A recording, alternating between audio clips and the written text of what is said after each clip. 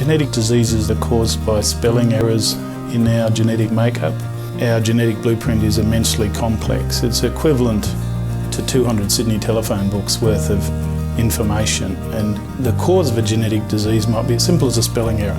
So one letter in 200 Sydney telephone books cause a major disease, and so not only would you have to be able to read that entire amount of information, but you'd need to know how every name in the telephone book was spelled.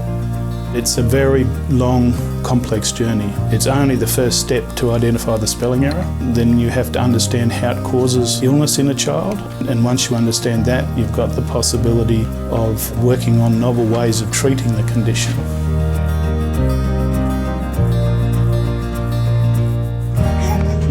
Cooper's a little guy who was born with a spelling error in one of his genes that affects the way his liver functions. Tasty.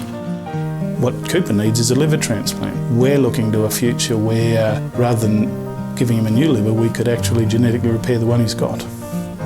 We've got an example here in the hospital of a little boy who was in a wheelchair, and he didn't have a diagnosis, and the genomic sequencing technology delivered a diagnosis, and that immediately allowed the doctors to surmise that a particular medication would help. They tried it, and he was able to get out of his wheelchair and walk.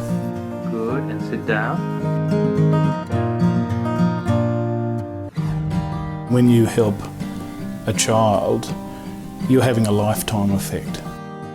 But also finding an answer in, say, the context of a rare disease has a much broader impact in terms of enlightening us about critical elements of how the body works. We develop this technology and the therapies in Australia. There's intellectual property benefit there. We attract the best and brightest doctors and healthcare professionals because they want to work in such a dynamic environment. There's just many reasons why this sort of investment is strategically very powerful. And without that partnership with the community, the research just wouldn't happen. We don't want any child to be without a diagnosis and a treatment. I have been in the medical profession probably pushing 25 years, but I have to say I've never been more excited.